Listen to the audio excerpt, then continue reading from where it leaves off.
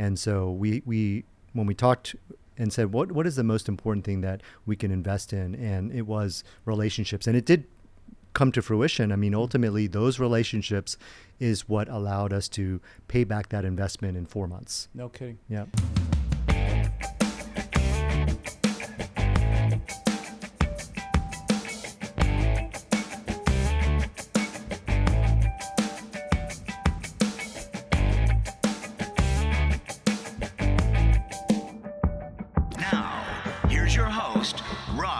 Welcome to another edition of Lifetime Cash Flow through Real Estate Investing. I'm Rod Khleif, and I am thrilled that you're here. And we're going to have a lot of fun today. We've got two physicians here, Leti and Kenji Asakura, and they have written a book about real estate. They teach real estate. They're very cool. I was on their podcast. What's the podcast called? Doctors Building Wealth. Doctors Building Wealth. And so we're going to have some fun today. Welcome, guys. Thanks for having us. Of course. So why don't we start by having you tell your story, Let's start there. Sounds good. Yeah, so... Ladies first? Yeah, that's right. Sure. So my story is I'm a family medicine trained doctor and ran into Kenji in the hospital, and he was kind of a physician entrepreneur, and he can tell you his story. And we got together and we're just working all the time. We were both working more than full time in our jobs, and we're getting married and wanted to start a family and realized that this is not the life we wanted, of week on, week off. And we saw other doctor couples around us, and they were working alternating weeks so they could spend time with their families. And so that meant that they never saw each other, and we wanted more time together. And so we read Rich Dad Poor Dad, changed our lives completely. We had been looking for a primary home, and we completely told our agent, we're real estate investors now. Let's take all that money we were going to do in our primary home and start buying investment properties. And that Where? And this was, we were living in Seattle. Mm. And we started in 2015 together. And the first year we bought 12 doors. So these were just little duplexes and one fourplex. Kenji got real estate professional status, so we could save on taxes. He cut back to half time. So we started out, we paid no taxes that year, built up a source of income, and just kind of rolled that over and ended up doing that 3 years later. We were financially tax benefits free. Alone are freaking worth it for doctors. Well, that's really smart that you did the real estate professional piece. And so what's your story, man? Yeah, so I'm an internal medicine trained doctor, and I kind of went back and forth between medicine, business. I was at Penn for undergrad, and I was always hanging around the Whartonites, the Wharton undergrads, and all of them were going into consulting and iBanking and finance. Yeah, exactly. And I think a lot of that rubbed off on me. So I developed an interest in, consulting and that whole world. And so, but my dad's a doctor. I kind of went that path, ended up at Hopkins for medical school. And at that point, I kind of started veering away. I worked in the Senate, worked on health policy. Really? Wow. I wrote grants for community organizations. And then I started my first startup, and we were selling soy protein to menopausal women because soy has plant estrogens in it, natural estrogens. And so we were selling that to women who are having hot flashes and all that stuff. So that was kind of my first foray into business. And then I kind of actually went back to medicine for a little bit. And I went back to business, and I went to McKinsey and worked there for 5 years doing management consulting. Cool. And then went back to medicine. And then that's kind of where I went back to Seattle to do my medicine. And that's where we met. And I was already doing a business, another startup. And then so she joined me in that startup. And, we continued to juggle medicine and business. And that's where, when we got together, we were like, okay, we're working way too much. We got to figure out some other way to generate some income, be a lot more tax efficient. And so that's why we pursued that real estate professional status. Very cool. Yeah, no, that's really smart. Really very, very smart. That's, there's a reason 90% of the world's millionaires either made it in real estate or put it in real estate because of the tax benefits alone. So you help physicians. I mean, like I think I read in your bios that you have like 10,000 doctors and high income earners in your community, right? And let's talk about your book next. Let's go there. So what's it called? It's called Life on Your Terms, and we wrote it as a fable. So we're pretty avid readers, and there's this business author, Patrick Lencioni, who writes the most phenomenal business books, and he writes them as fables. So we wanted to do that. And so we wrote this fable of two couples. One couple is a dual physician couple who, very much like us, are living this life where they're overworked and just want a different way, want another source of income so they can work on their terms. And so they go and start investing in real estate. And we put a lot of challenges in it. So they had a lot of mindset work to do. And then we just show the path to go from, buying a first property through building and scaling up to a portfolio that really gave them financial freedom, as opposed to another couple. It's a doctor and a professor who go the traditional doctor route, which is invest in your 401k, put your head down, work harder, pick up more shifts, and start to expand your lifestyle, and don't get financially free until your retirement age. Yeah, if even then. Right. Yeah. Okay. Wow, that's awesome. I love the fact you gave contrasting scenarios like Rich Dad Poor Dad. I'm sure you were inspired by that one. Yeah. No, I love it. I'm surprised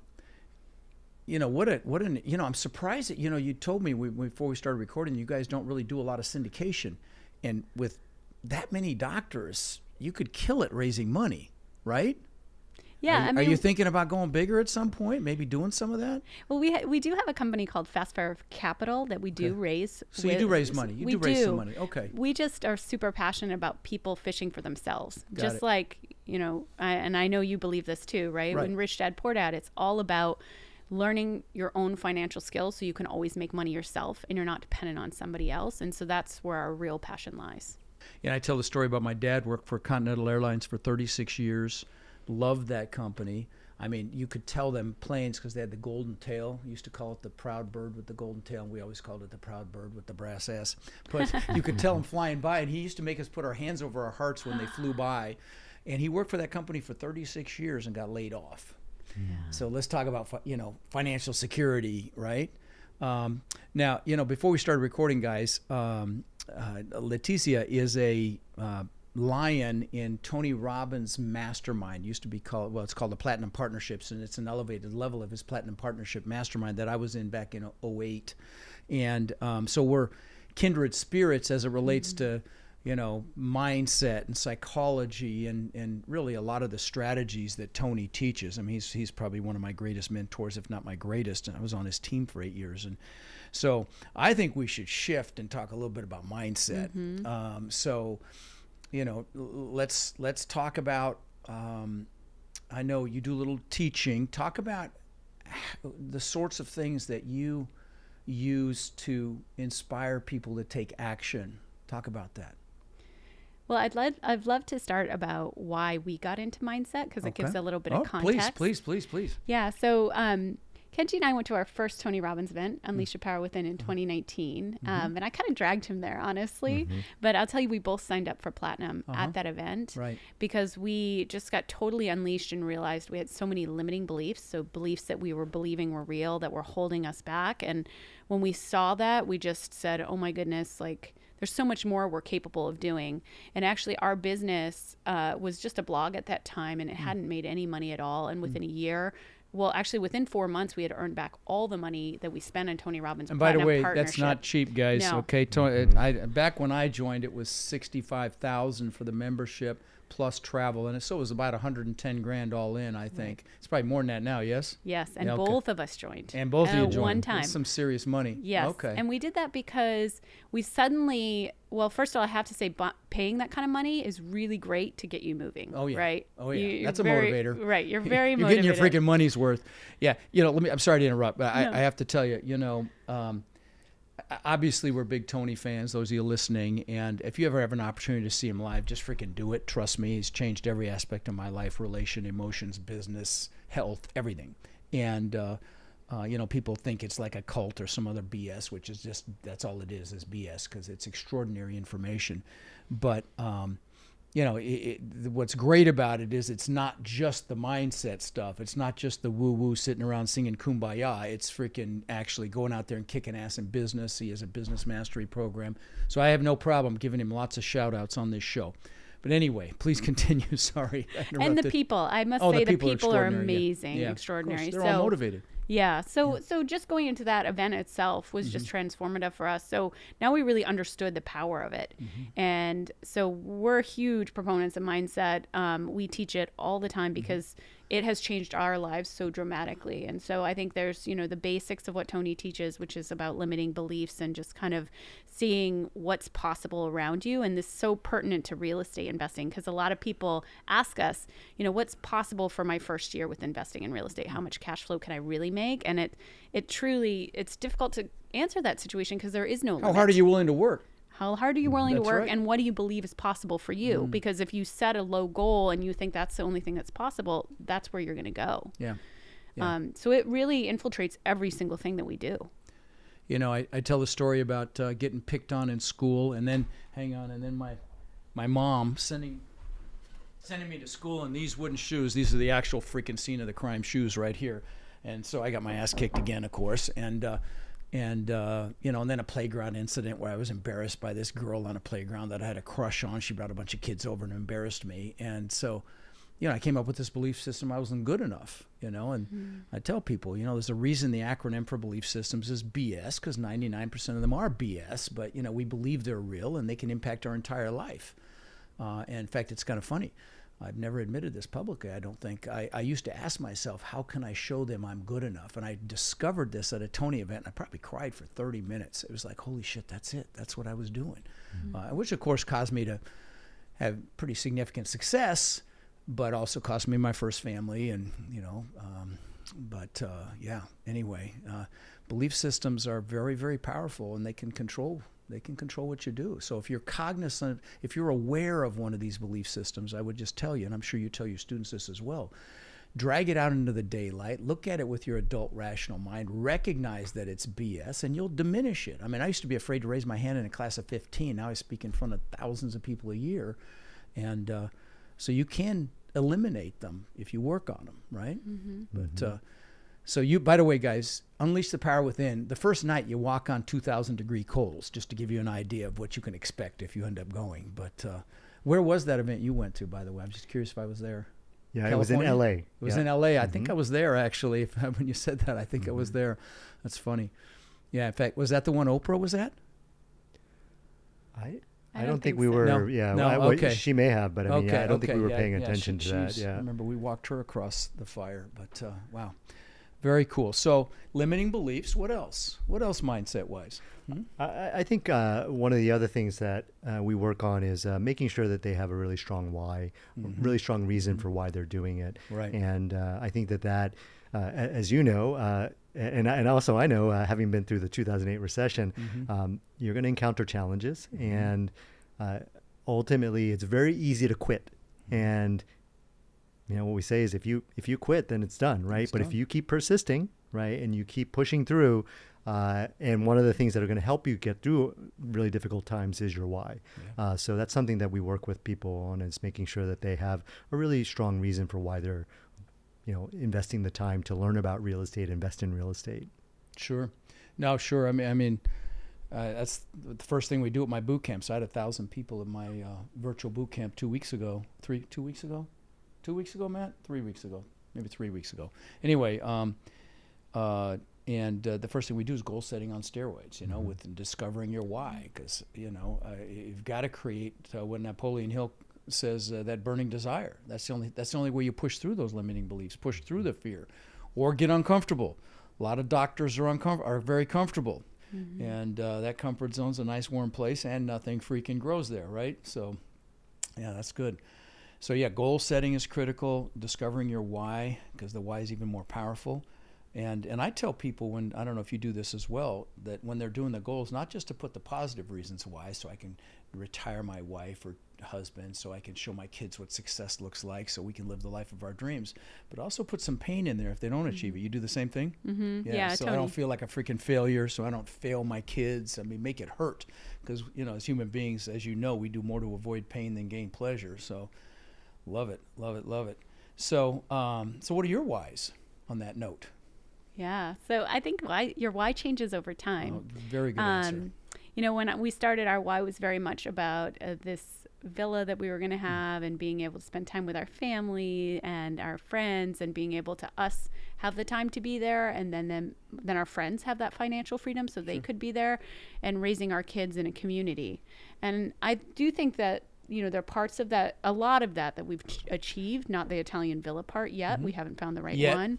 Yeah, because we haven't found the right one. Okay. But I will say our why has very much shifted over time. It's become a lot more about others and about watching them transform while watching them change their lives. So I think that your why does shift over time. And once you get close to reaching one goal, you have to switch and make it a bigger one, or else you get kind of lost in this space where you lose your purpose. Did that happen to you? Yes, it did. Give that example, and then tell. I'll give mine, because I had a major thing like that happen to me. Talk about reaching a goal. You know, we got to about 45 doors, and we were financially free. And I feel like, so we took a year off. We went traveling. We had a 12-month-old. Oh, wow. And we maintained my half-time job in Seattle. So we went back twice to do some shifts. But we were just traveling around the world. We went to Italy, we went to Europe, and Kenji was really not happy. I think because you had no sense of purpose. Yeah, that's right. Exactly. No purpose. That's right. And so for anybody watching, right, for all the people watching, you know, if you're so focused on that financial freedom, and you know, you don't have purpose, like, you're not going to be fulfilled. You won't be happy. You won't be happy. No. Yeah. And so so I was living proof of that. Didn't have the purpose, didn't have a strong, you know, drive anymore. I was just kind of sitting around, and I was like, what are we doing? And there was no more growth. Like, there was no more reason to grow, because it wasn't the view of like how we can contribute. It was like, had been all about us. And then once you have enough or too much for yourself, then what's next? Did you have an epiphany? Yeah, well, so actually at that event, the event in LA, he went through the 6 human needs and realized that, I mean, love and connection is always important, right? But growth and contribution was really what was missing. I wasn't growing. I wasn't pushing myself. I was stuck at 40 units. I was thinking, let's just pay them off and let's just like sit back and, you know, just live off the cash flow, right? But it just wasn't a big enough goal. I wasn't going to be growing. And then contribution is the thing that I think now has become such an important part of what we do, is really what we would like to do is change the culture of medicine. This is so crazy, because you guys had your epiphany to unleash the power within Tony event, and so did I 24 years ago. Okay. I had built this house. It's right across the bay here. It's probably worth 25-30 million now. At the time it wasn't, but you know, I worked for it for 20 freaking years, and then literally 2 months after I moved in, I got really depressed, and that's when I bought his book, and then I went to his event in Fort Lauderdale and saw that he fed families, and the rest is history. We eclipsed 150,000 kids the last time we fed. I do basket brigades, just like, of course, you know where I got the idea. Tony does basket brigades. He's done probably 1 billion of them, but you know, but that's so crazy that I had the same epiphany that you guys did you know, over the same thing, really, because happiness doesn't come from achieving a goal. You got to have them. You got to have them to create that burning desire and that hunger and that ability to push through and the whys. But that's not, happiness comes from growth and progress, even a little bit of growth and progress. And so and people, so if you're on the fence, if you're on the edge of achieving a fairly significant goal, you better have other goals lined up behind it. Right? To re-engage that purpose. And you know, the other thing is when you feel really crappy about yourself, you're typically looking in the mirror too. You're focusing on yourself. But when you turn that around and focus outward and decide to help other people, it's pretty impossible to be depressed, because you're changing the world, right? So love it, love it, love it. That's so funny, that parallel between our lives in that regard. So guys, I mean, this is like a sales pitch for Tony Robbins. I guess that's kind of what it is, because trust me, you'll thank me if you. In fact, I got Maureen to go. She's the reason. I'm the reason she went. I promise you. Yeah. But we're talking about my friend Maureen Miles, who's a freaking rock star in the apartment space. She is. And so, you know, I have a lot of listeners, aspiring investors. They know they need to get out of the freaking rat race. They know they need to do something. First of all, go buy your book on Amazon, Life on Your Terms. But, you know, beyond that, what advice would you give them? You know, they haven't made a move. They know they need to make a move. What would you say to them? Well, I think first of all, mindset, like we've been Yeah, mentioning, right? right. That's absolutely where it starts, and we're firm believers that it's most of your success is going to be related to your mindset, not only just to start, but also to keep going. Because I think a lot of us get very excited about things. We start them, but then we quit as Right. soon as things get hard, or as soon as we get distracted by the next Or thing. get your ass kicked and nose Yeah. bloodied, whatever, right? Yep. Right. Yep. And I think that the next step after you're working on your mindset is to make sure you have really great people around you. Good answer. You know, Tony says proximity is power. Right. And when we first started out, actually, when we went to that UPW, that first one in 2019, we actually kind of put together out of that a little group of physicians who were starting businesses, and all of them, maybe one or two of them had cracked six figures at that point in 2019. And then last year, all of us made the Inc. 5,000 list except one of them. So like, so Well, out the of one that wasn't there. the one that wasn't at UPW, Yeah. I will No say that's kidding. true. But the three of us who were there. We all built multi-million-dollar businesses within a couple years, and it was us helping each other, giving each other ideas, you know, picking each other up when things were getting tough, keeping each other going. I'm sure was part of it. So I really think that peer group has a lot of importance. Oh, it's as huge. well. It's huge. You know, I've got a coaching program called they're my Warriors, and I was mentioning this before we started recording. We're over 200,000 units, I believe, at this point. We can't keep track anymore, almost, and which I'm very proud of because I've only been teaching 6 years. But most of those deals are done between warriors. They collaborate. In fact, I've got an event this weekend of 300 warriors here in Sarasota. We have a warrior-only event here this weekend, which I'm nowhere near ready for, but 2-day deep dive on underwriting and stuff like that. But the main reason we started doing those warrior-only events, because I have my boot camps too, is to get them together. You know, once we discovered 3.5-4 years ago that our most successful warriors are the ones that are most connected in the group, we started doing things to facilitate those connections, like the events, and we do some other things as well to connect them. Because that really, I will tell you, I don't know how you guys feel about this, but I really believe in our business, certainly in my commercial multifamily space, it's more who you know than what you know even. Do you agree? Mm-hmm. Yeah. Absolutely. Yeah. I tell my new warriors this. I know this is going to sound crazy, but you know, I know it's important to go through my stuff, but it's more important for you to make connections. It's more important than learning the business. Is who you know. But well, I also want to say focus is the other piece that's really, really important. I think that the tendency of us entrepreneurs is we get very distracted with a lot of different ideas. I know you and I are shiny both. penny syndrome. Yes. Boom, boom, boom. Oh, there's a shiny penny. Oh, good God. Yeah, I Yeah. know both of us are fans of Keith Cunningham, Oh, and yeah. he told us once that he actually, when he gets his new ideas, he puts them in a folder, and he allows himself to open that folder once a week and look at it, and then he has to put it Interesting. back. So he kind of controls his mind that way. Interesting. We were lucky enough to read Gary Keller's book, The One Thing. One thing. Yeah, I had his Yeah. co-author on the show, Jay Papasan. Oh my gosh, Yeah. that's awesome. What a book, huh? Yeah. Oh yeah, and that really helped us a lot to Yeah. really understand the power of focus, Mm-hmm.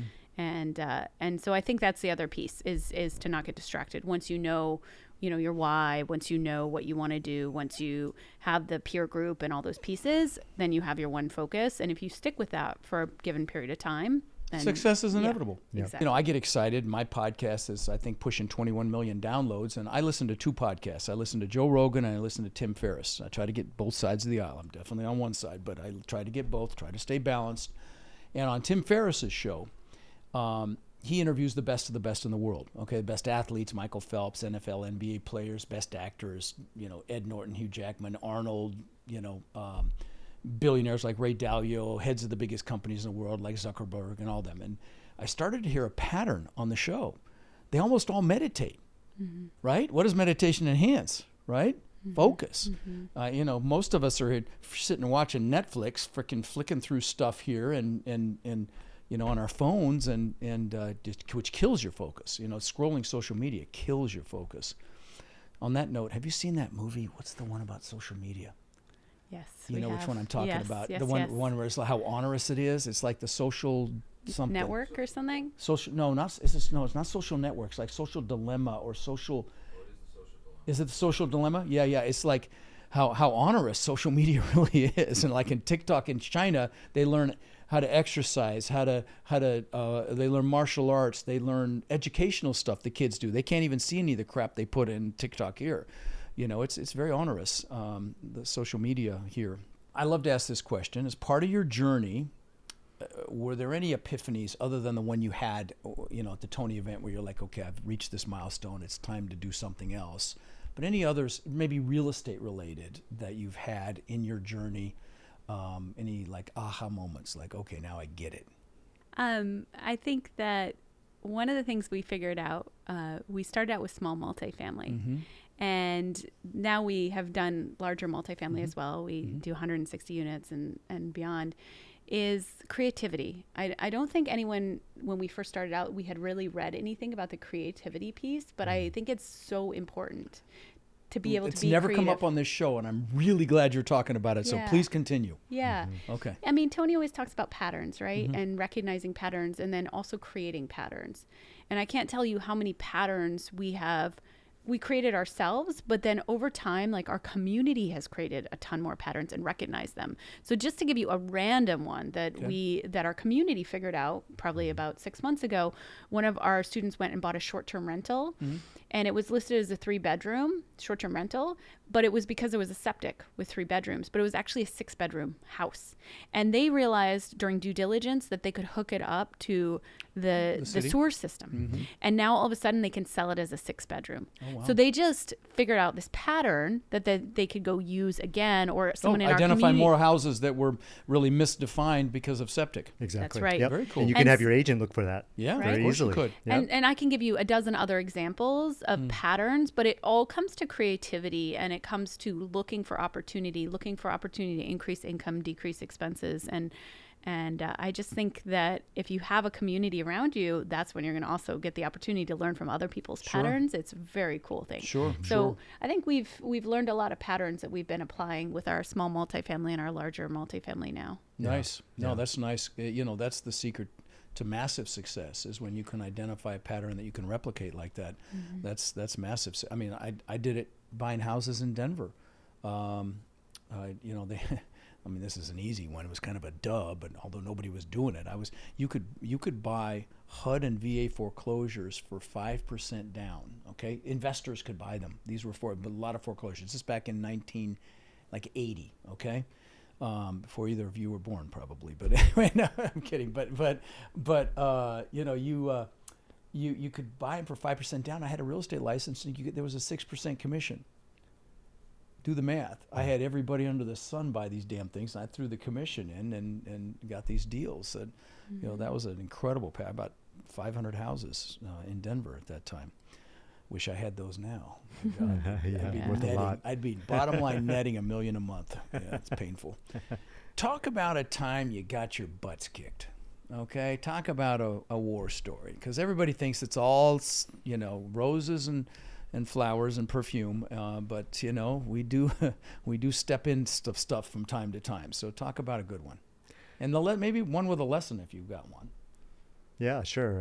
That one's easy because the 2008 recession, right? Okay. So I can go back to that. And back then I was buying lots of properties, actually right in this area even. Oh, really? Right? So yeah, so lots on the canals. Oh, here. yeah. Down in Cape Coral.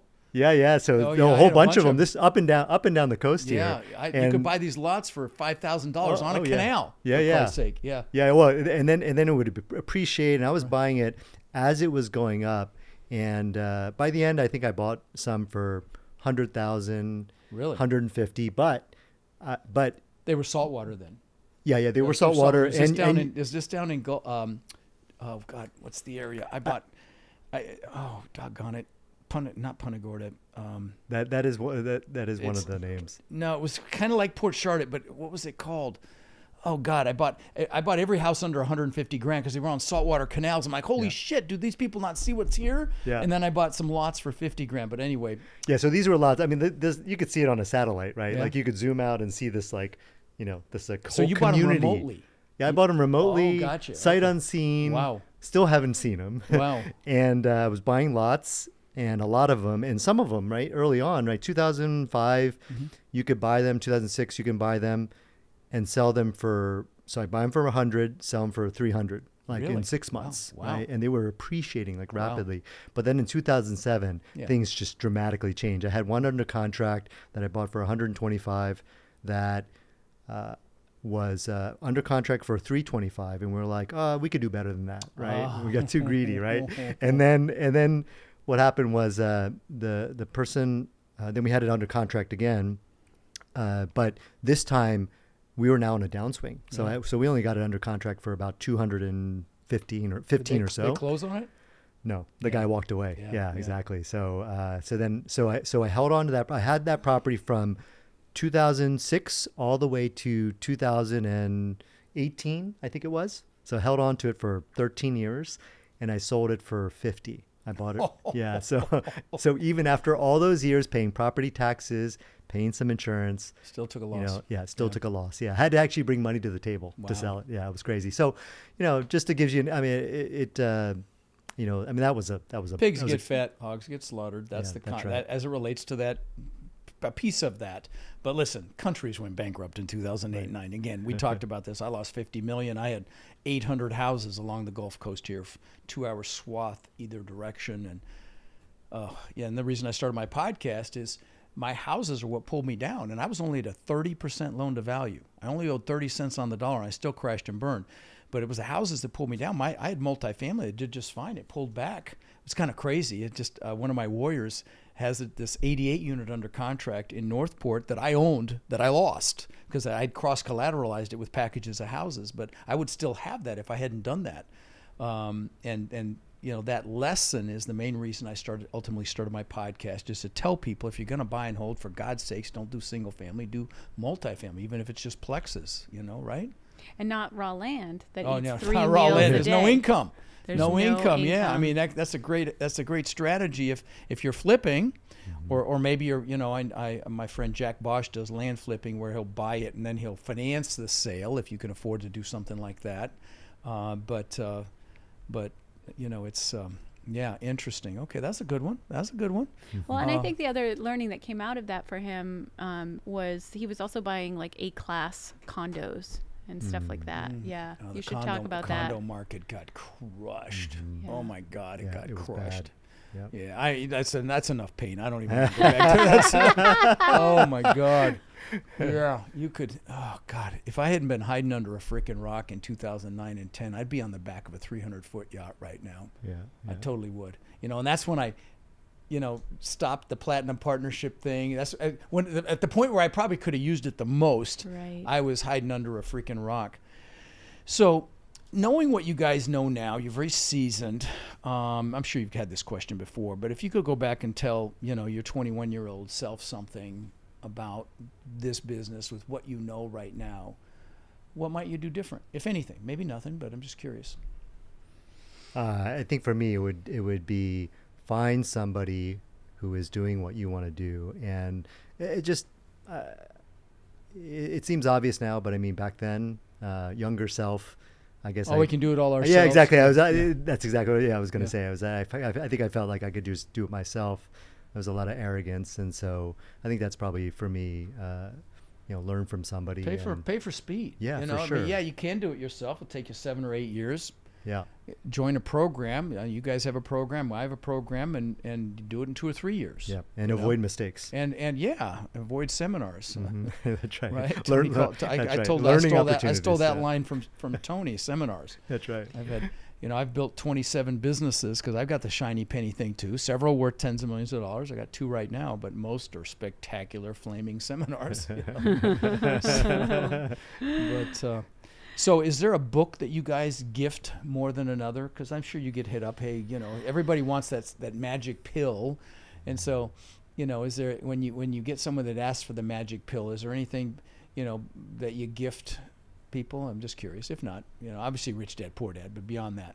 Yeah, I would say the one thing, but we've already mentioned that book. So I want to mention Robin Sharma's The Everyday Hero Manifesto. I read that last year. I think it's one of the most phenomenal books. Everyday Hero Manifesto. Yeah, it's about the everyday hero and like how to show up your best, most beautiful self. And I love his 5 a.m. club. It teaches about a morning routine, and I just love the structure of how, and the inspirational words, like how Robin Sharma writes. So I really love that book. I've been talking to people about it a lot. Okay.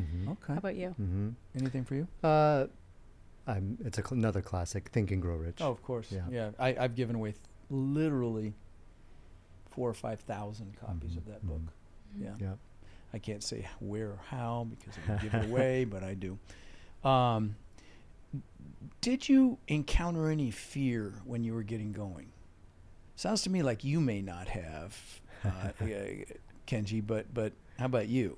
Oh yeah. Oh, yeah? I mean, oh yeah. So- So in physician worlds, we are taught that debt is bad, right? And you try to pay off your debt. And I remember, even the first year looking at the amount of debt we had, and it made me very nervous. I continued to invest in my 401k, for course, that's what years. you were told to actually. do, right. Yeah, right. It was what we were, and it was my security blanket. And I remember 3 years in when we really acknowledged, hey, we're financially free, canceling my insurance that was my job insurance. So if my disability insurance. Right. So if I became disabled, I was now saying I was my own insurance through my rental properties and the cash flow. Scary, huh? So scary. Or giving up life insurance. I know that scared me actually. It's like, what are my kids going to do? Well, you do own some property, knucklehead, Yeah, no, exactly. So I think it's any time you step outside of the norm of what you were taught, and that includes even today, right?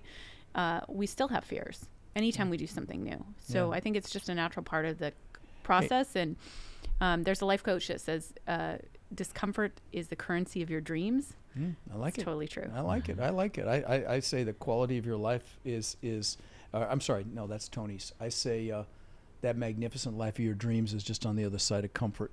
Tony Robbins says the quality of your life is the amount of discomfort you can take and live with. Uncertainty. Yeah. But by the way, they mentioned the 6 human needs. Let's talk about those briefly because Tony Robbins teaches these, and they were somebody else's a while back. They were called something different, I think. But with Tony, there's significance. And I tell people when I do relationship coaching, if you can meet some of these needs in your partner, they become a raving fan. Significance, make them feel significant. Certainty. About the relationships, there's no way you could ever get rid of me. That's certainty, because God's got a sense of humor. Uncertainty, right? There's got to be some variety. There's got to be some freaking spice in the relationship. And then there's love and connection. But it's not just love. It's like, you walk by each other in the kitchen and say, I love you. But no, you grab your woman by the face and say, I don't think you understand. I freaking love you. That's connection. And then, of course, there's growth and contribution. And if you can help them grow and you allow them to help you grow, and you contribute to them and you allow them to contribute to you, you've got a raving fan partner, right? And so those are the 6 human needs that they referenced a little bit ago. Tony Robbins teaches those. So what are your favorite, since we're talking mindset, I'm just going to keep going down that path. What are your favorite quotes that maybe you live by or you share or you've got above your desk or whatever? I love Keith Cunningham's quote about running in the wrong direction, Running enthusiastically in the wrong direction. So he kind of says there's no use in running enthusiastically in the wrong direction. So a lot of us are very optimistic and we can always see the upsides, and then we see the upsides and we start running enthusiastically in that direction, but it's the wrong direction because we haven't looked at the downsides and we haven't looked at the possible negative consequences. And so I just love that quote because you could totally see what we all do. We get excited about an idea and we go off running enthusiastically in the wrong direction. And that's a great Done it so reminder many to look at the times. downsides too. Yeah, for sure. Have you got one, Kenji? Just trying to think. I love live with passion. I don't think there's anything better than that quote. I've got it on a pillow downstairs even to me. That's how you want to you want to live your life, and slide into the other world at oh, holy cow, what a ride. Yeah. That's what I want, Well, I tell you, one of Kenji's favorite ones more recently has been from Entrepreneur Operating System, EOS. EOS, Oh, Yeah. Traction. Yeah. Oh, yeah. Go ahead. Do less better. Do less better. Oh, I like that. Yeah. There's a book called Traction, guys, and it talks about this business system that we've implemented in all our businesses called the Entrepreneur's Operating System, EOS, and just some quick high-level pieces of it. Instead of having an organizational chart in your business, you have an accountability chart.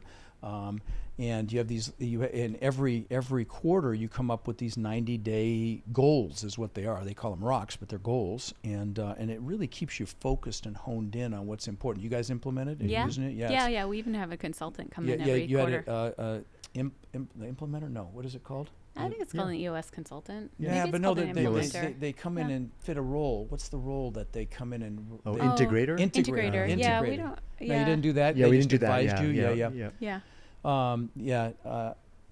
Love it. We love US. Oh, no, it's fantastic. It gives you clarity. It gives you focus. You Yeah. know, that's what you need. You know? And I even read traction and implemented in our business for a couple years myself, but I have to say it's been really phenomenal to have a seasoned business owner come in and help implement it and get my leadership team excited about it. Right. Love it. So you talked about Sharma's book and how it talked about a morning routine. I've had Hal Elrod on the show a couple times, who does the Miracle Morning, which is kind of along those lines. Do you guys have a morning routine that you implement? Talk about it.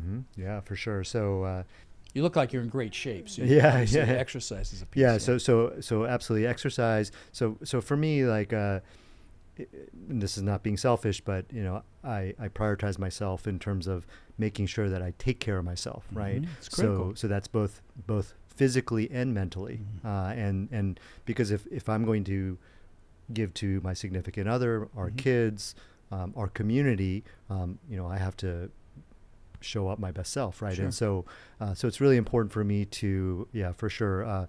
So physically working out, having some type of a big goal. One of the things that I'm looking at doing in September is something called 29029, which is climbing the equivalent of Everest in 36 hours. And so they pick 7 mountains across the North America, so Canada and the US, and it's in the summer. And so what you do is you hike up, and then you take the gondola down, and you keep repeating that until you hit 29,000. Yeah, same mountain until you hit 29,000 feet. And you do it in 36 hours. Wow. Most people will sleep, a few hours, but it's a really cool event. It's very well supported. Sounds cool. Yeah, it's a really cool thing. And but you won't die. And your body won't stay on Mount Everest. That's right, exactly. Yeah, without the major risk, Right. exactly. Yeah. So that's something that I love doing things with a goal, because that really kind of gets kind of keeps me focused, keeps me going, and so that's what I do for my health. And my main How about your mental? Yeah, main routine in the morning is from Tony Robbins again, the priming. Oh, you do the is main priming, thing, yes, gratitude, gratitude, and whatnot. exactly. Yeah. Boy, when you start your day with gratitude, it's extraordinary. Is yours similar? I'm a big fan of Joe Dispenza, actually. I have his book. Oh God, I'm reading it right now. What's it called? Something Yourself, right? No. It's not that one. It's like Supernatural. Supernatural. Yeah. That's it. Supernatural. That's it. It's by my bed right now, literally. Yeah. I went to one of interesting. his retreats Yeah. last you did? year. How was it? it? Great. It was really. I've been thinking great. about going. That's why I'm you asking. should Okay, now totally I'm go. gonna. The I'm gonna 7 pick- day. I'm gonna Yeah. pick you after the interview right now. So you're sitting there meditating for 7. Yeah, I don't. Well, no, I don't meditate for 4 hours. I mean, I did it during that week, but Okay. I like his meditation. So Yeah. I do 25 minutes of his meditations in the morning. And then Wow. in the 5 a.m. club, Robin Sharma has this thing called 20-20-20. So it's basically 20 minutes of exercise and sweating, 20 minutes of meditating, and then 20 minutes Journaling? of learning or journaling. Okay. Yeah. So I'll read every morning. So Nice. this is how we end up reading so many different Right. books. Nice. Yeah. Nice. You saw my books downstairs. Yes, I Did you did. see my Yeah, we exercise did. room? No. Oh, where do you see that? It's Okay. gonna blow your mind. Yeah, it's my cool. pride and joy, actually. Yeah. But I've been doing, strength training stuff. Yeah? That's really a game Game changer because yeah. you just don't have to do like hours of exercise. No, right? you do don't. 30 minutes, you're done. It's great. No, agreed.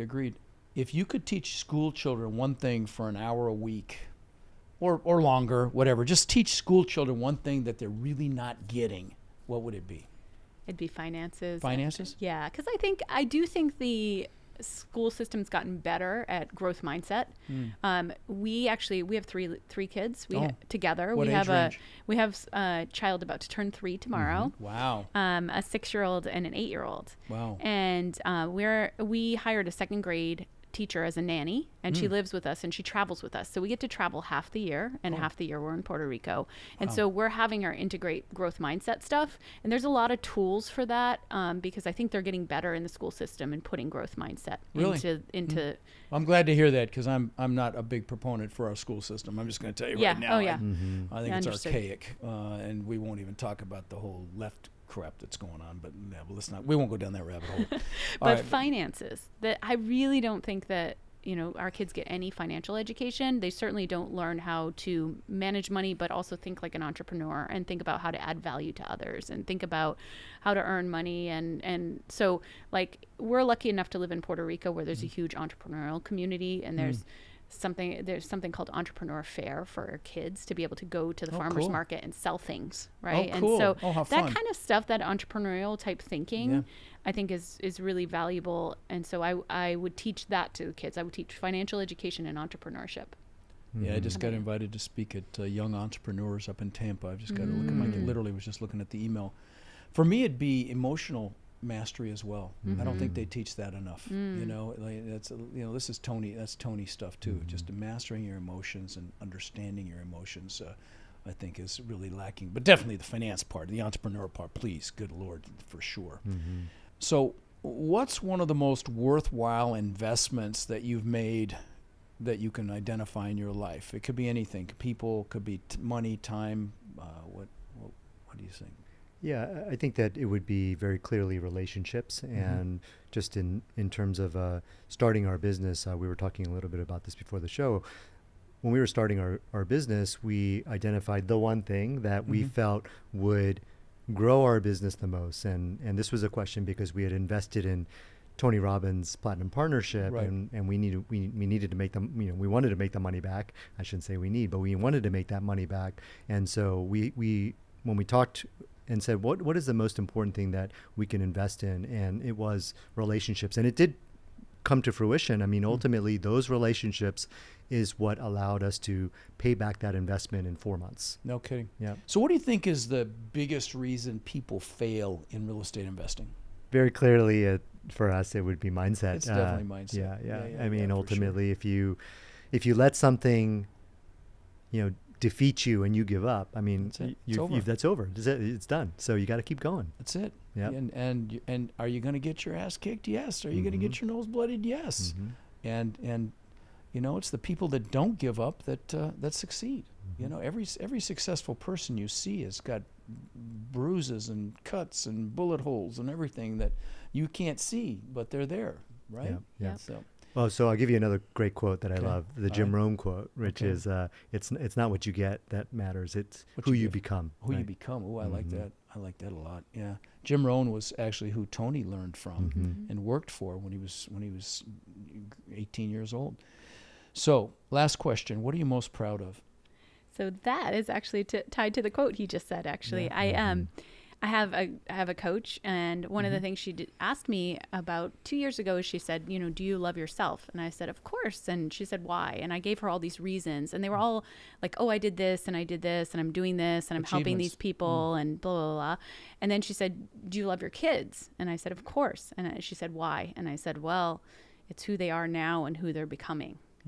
And she said, so why don't you do that for yourself? Like, why don't you just love who you are and also who you're becoming, and not list all these achievements and things you're doing for other people as if they justify that. And so I'm most proud of who I am, all the work I've done to get here, to build my mindset and to be the human being that I am, and also who I'm becoming and how I continue to grow and work and be more of myself and my potential to serve the community.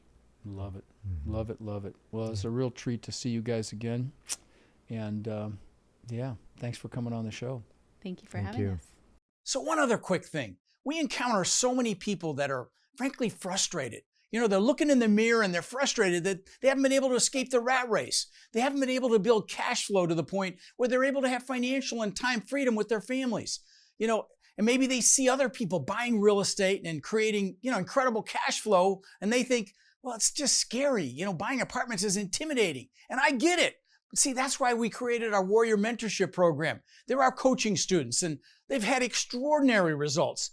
My students, I've been teaching about 5 years, and they own upwards of 140,000 units now that we know of, right? And we feel like it's just getting going. Now, we're looking to grow this group and really take it to the next level. And honestly believe that the greatest transfer of wealth could be upon us right now with this current economic environment. Everything's going on sale. So we're looking for people who want to follow a proven framework, really like a blueprint or a map, literally step by step. And then they're able to leverage our systems and our incredible network to raise money and equity, to find deals and close those deals and build partnerships, really nationwide. So if you're interested in finding out more about how you can become more in our incredible network and take advantage of the unbelievable opportunities that are upon us, you can apply to my Warrior Mentorship Program by texting the word CRUSH to 72345. Or you can go to mentorwithrod.com. And what we'll do is we'll set up a call so you can check us out and we can check you out and see if it's a fit. Now again, you can go to mentorwithrod.com or text the word CRUSH to 72345 to apply, and we will speak soon.